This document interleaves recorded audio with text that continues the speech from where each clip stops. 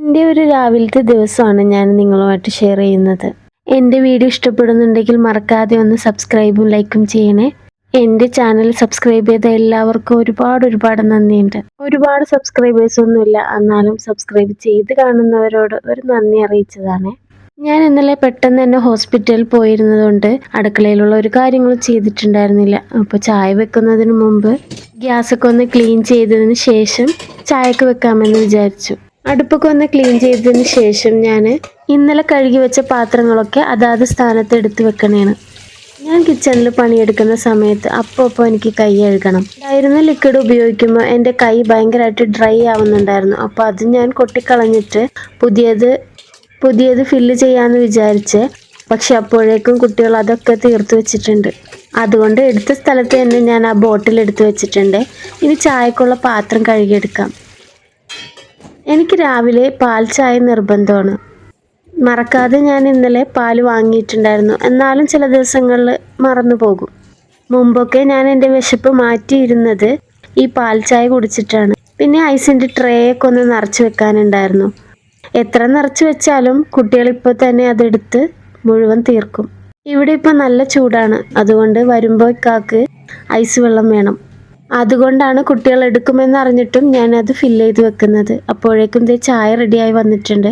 അതിലേക്ക് ഞാൻ 2 ഏലക്ക കൂടി പൊട്ടിച്ചിടുന്നുണ്ട്. ചായ ഞാൻ അവിടെ ഓഫ് ചെയ്തിട്ടിട്ട് അവിടെ ഒന്ന് ക്ലീൻ ചെയ്യാൻ നിന്നേ.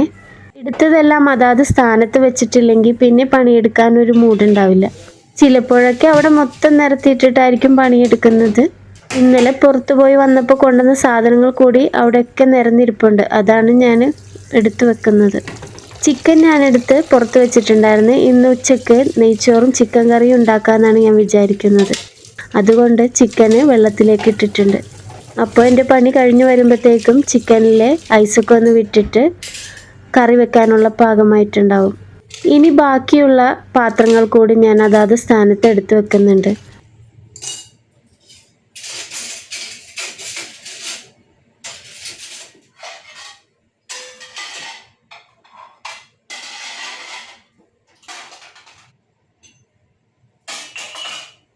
ഇന്ന് ബ്രേക്ക്ഫാസ്റ്റിനായിട്ട് ഞാൻ ഉണ്ടാക്കുന്നത് വെള്ളയപ്പവും മുട്ടക്കറിയുമാണ്.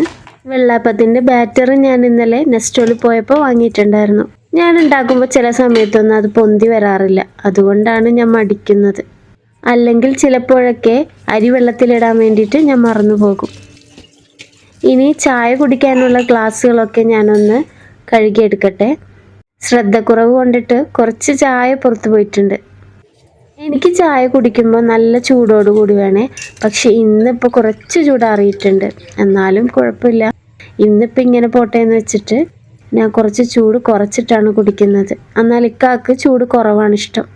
ടേബിളൊക്കെ ഒന്ന് ക്ലീൻ ചെയ്തെടുക്കാനുണ്ടായിരുന്നേ.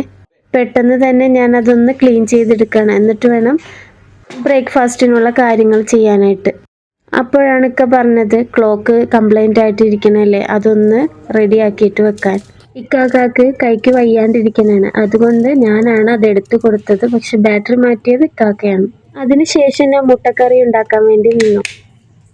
എല്ലാവർക്കും അറിയുന്നതാണെന്നറിയാം, എന്നാലും ഞാൻ അതിൻ്റെ റെസിപ്പി പറയാം. ഒരു സവോളയും 1 പീസ് ഇഞ്ചിയും 3-4 അല്ലി വെളുത്തുള്ളിയും 2 പച്ചമുളകും ഞാൻ മിക്സിയിലിട്ട് ഒന്ന് അടിച്ചെടുത്തിട്ടുണ്ട്. എനിക്ക് ഈ സവാളയൊന്നും പീസായിട്ട് കിടക്കുന്നത് ഇഷ്ടമല്ല. അതുകൊണ്ടാണ് ഞാൻ മിക്കപ്പോഴും ഇങ്ങനെ അടിച്ചെടുക്കുന്നത്. അതൊന്ന് വെളിച്ചെണ്ണയിലിട്ട് വാട്ടിയെടുത്തതിന് ശേഷം ഒരു ചെറിയ തക്കാളി കൂടി അരിഞ്ഞിടുന്നുണ്ട്.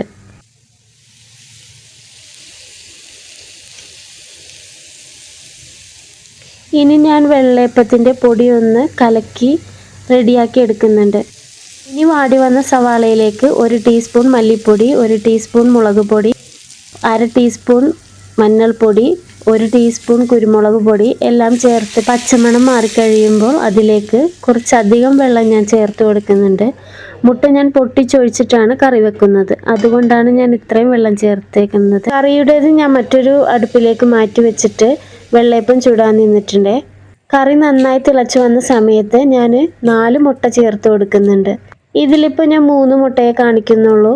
കറിവേപ്പില ഇടാൻ വേണ്ടിയിട്ട് ഞാൻ മറന്നു പോയിട്ടുണ്ടായിരുന്നേ. അതുകൂടി ചേർത്തിട്ട് നന്നായിട്ടൊന്ന് വേവിച്ചെടുക്കാം. തിരിച്ചും മറിച്ചിട്ടിട്ട് ഞാൻ നന്നായി വേവിച്ചെടുത്തിട്ടുണ്ട്. ഇനി കുട്ടികൾക്കായിട്ട് കുട്ടി കുട്ടി വെള്ളയപ്പമാണ് ഞാൻ ചുട്ടെടുക്കുന്നത്. ഇങ്ങനെ ആവുമ്പോൾ ഞാൻ അവരെ നിർബന്ധിക്കാതെ തന്നെ കുറച്ചെങ്കിലും കഴിക്കും. ഇതാ എൻ്റെ മുട്ടക്കറി റെഡിയായി വന്നിട്ടുണ്ട്. നിങ്ങളൊന്ന് ട്രൈ ചെയ്ത് നോക്കൂ. കുട്ടികൾക്കുള്ള വെള്ളയപ്പം റെഡിയായി വന്നിട്ടുണ്ട്. കഴിക്കാൻ വേണ്ടി ഞാനിതാ ടേബിളിലേക്ക് എടുത്ത് വെക്കുന്നുണ്ട്. എല്ലാവർക്കും കൂടി ഒരുമിച്ചിരുന്ന് കഴിക്കാമെന്ന് വിചാരിച്ചിട്ടാണ് ഞാൻ എടുത്തു വെച്ചത്. ഇക്കാക്ക് കൈക്ക് വയ്യാതിരിക്കുന്നത് കൊണ്ട് കട കമ്പനിയിൽ നിന്ന് ആൾ വന്നിട്ടാണ് വിളിച്ചുകൊണ്ട് പോകുന്നത്. അപ്പോൾ അവർക്കുള്ള ചായ ഞാൻ റെഡിയാക്കി എടുക്കാനാണ്. ചിലപ്പോഴൊന്നും അവർ കയറാറില്ല, അതുകൊണ്ടാണ് ഞാൻ അവർക്കുള്ള ചായ നേരത്തെ റെഡിയാക്കി എടുക്കാതിരുന്നത്. പക്ഷെ ഇന്ന് 2 പേര് വന്നിട്ടുണ്ടായിരുന്നു. അപ്പോൾ അവർക്കുള്ള ചായ ഞാൻ റെഡിയാക്കി കൊടുക്കുന്നുണ്ട്.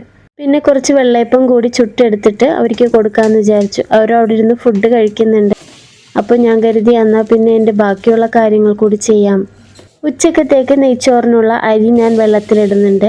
ഏതരിയാണെങ്കിലും ഒരു അരമണിക്കൂറെങ്കിലും എനിക്ക് വെള്ളത്തിലിടണം. അപ്പോൾ നന്നായിട്ട് വെന്ത് കിട്ടും. എന്നാലേ കുട്ടികൾക്ക് കൊടുക്കുമ്പോൾ എനിക്കൊരു സമാധാനം ഉണ്ടാവുള്ളൂ. കുറച്ച് പാത്രങ്ങൾ കൂടി എനിക്ക് കഴുകാനുണ്ടായിരുന്നേ.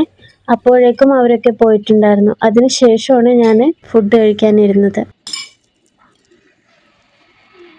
ഞാൻ കഴിച്ചതിന് ശേഷമാണ് അവൻ എഴുന്നേറ്റ് വന്നത്. അപ്പോൾ അവനിക്ക് വെള്ളയപ്പം ഞാൻ എടുത്തു കൊടുക്കുന്നുണ്ട്.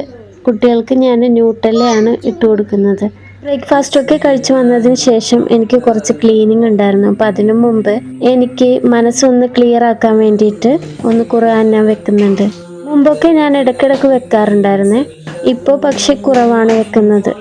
ഇന്നലെ രാത്രി ഞാൻ വല്ലാത്തൊരു മാനസികാവസ്ഥയിലായിരുന്നു. അപ്പോഴേ വിചാരിച്ചതാണ് രാവിലെ തന്നെ ഖുർആനൊക്കെ കേട്ടിട്ട് വേണം എല്ലാം ചെയ്യാനെന്ന്. പകല് സമാധാനത്തോടെ സന്തോഷത്തോടെ ഇരിക്കാൻ കഴിഞ്ഞാൽ രാത്രിയും അത് നിലനിൽക്കും. വീഡിയോ ഇത്രയേ ഉള്ളൂ. താങ്ക്